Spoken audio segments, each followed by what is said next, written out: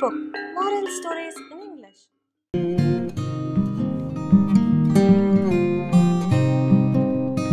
Today let's enter into a story, The Crocked Pot.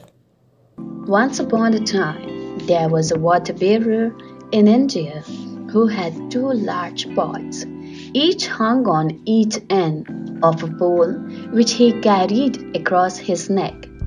One of the pots had a crack in it, and while the other pot was perfect and always delivered a full portion of water, at the end of the long walk from the stream to the master's house, the cracked pot arrived only half full. For a full 2 years, this went on daily, with the bearer delivering only 1.5 pot of full water in his master's house. Of course, the perfect pot was proud of its accomplishments, perfect to the end for which it was made. But the poor cracked pot was ashamed of its own imperfection and miserable that it was able to accomplish only half of what it had been made to do. After 2 years of what it perceived to be a bitter failure, it spoke to the water bearer one day by the stream. "I am ashamed of myself, and I want to apologize to you." "Why?" asked the bearer. "What are you ashamed of?" "I have been able for these past 2 years to deliver only half of the load because of his crack in my side causes water to the leak out of all the way back to your master's house. Because of my flaws, you have to do all of this work, and you don't get full value from your efforts," the pot said. The water bearer felt sorry for the old cracked pot, and in his compassion he said, "As we return to the master's house, I want you to notice the beautiful flowers along the path." Indeed, as they went up the hill, the old cracked pot took notice of the sun warming the beautiful wild flowers on the side of the path, and this cheered it some.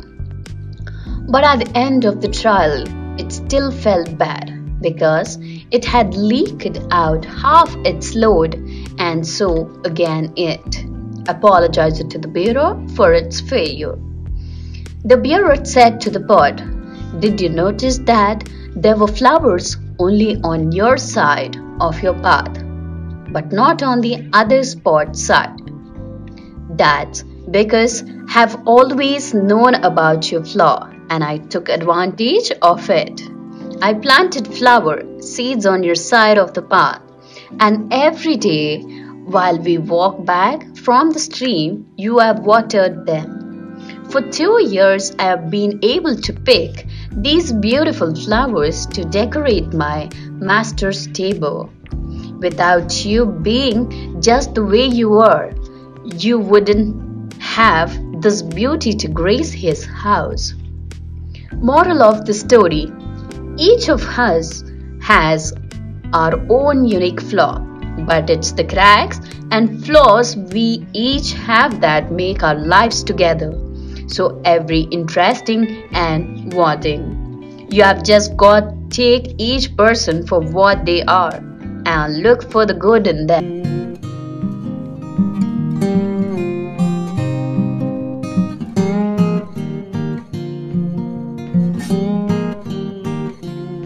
Hey kids, today let's enter into a story, The Crocodile and the Monkey. Once upon a time, a clever monkey lived in a tree that bore juicy red rose apples. He was very happy.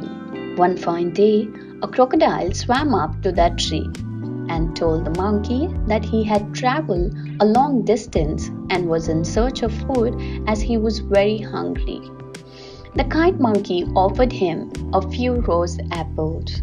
The crocodile enjoyed them very much and asked the monkey whether he could come again for some more fruit. The generous monkey happily agreed. The crocodile returned the next day and the next one after that. Soon the two became very good friends. They discussed their lives, their friends, and family, like all friends do. The crocodile told the monkey that he had a wife and that they lived on the other side of the river. So the kind monkey offered him some extra rose apples to take home to his wife. The crocodile's wife loved the rose apples and made her husband promise to get her some every day. Meanwhile, the friendship between the monkey and the crocodile deepened as they spent more and more time together. The crocodile's wife started getting jealous. She wanted to put an end to this friendship, so she pretended that she could not believe that her husband could be friends with a monkey. Her husband tried to convince her that he and the monkey shared a true friendship. The crocodile's wife thought to herself that if the monkey lived on a diet of rose monkeys, his flesh would be very sweet. So she asked the crocodile to invite the monkey to their house. The crocodile was not happy about this. He tried to make the excuse that it would be difficult to get the monkey across the river, but his wife was determined to eat the monkey's flesh. So she thought of a plan. One day she pretended to be ill and told the crocodile that the doctor said that she would only recover if she ate a monkey's heart. If her husband wanted to save her life, he must bring her his friend's heart. The crocodile was aghast. He was in a dilemma. On the one hand, he loved his friend. On the other, he could not possibly let his wife die. The crocodile's wife threatened him, saying that if he did not get her the monkey's heart, she would surely die. So the crocodiles went to the rose apple tree and invited the monkey to come home to meet his wife. He told the monkey that he could ride across the river on the crocodile's back. The monkey happily agreed. As they reached the middle of the river, the crocodile began to sink. The frightened monkey asked him why he was doing that. The crocodile explained that he would have to kill the monkey to save his wife's life.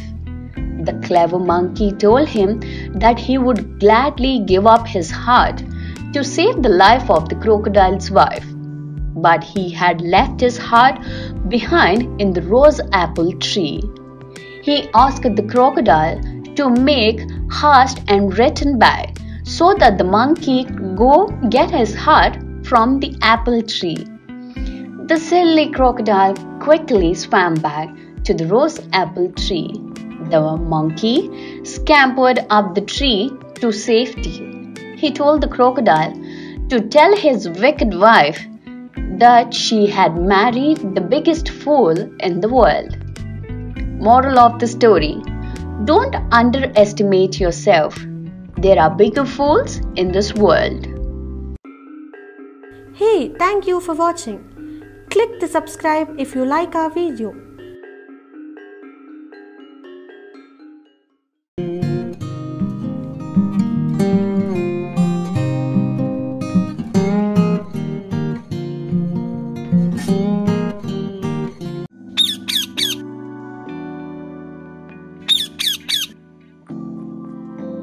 Hi kids, today let's enter into a story.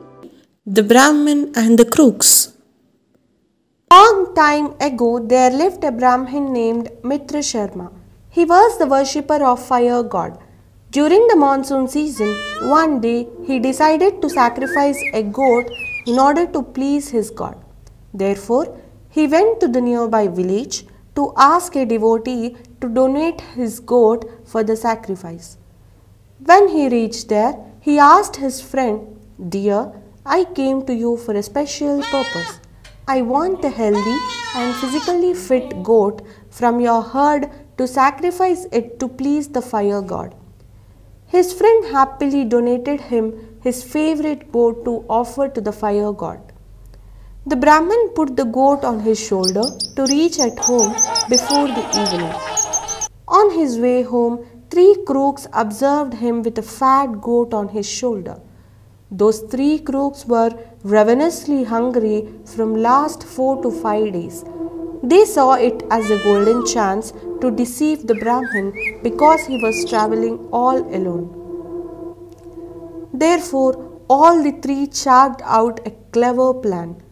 As per their plan, one crook intercepted Brahmin and stood alongside the road.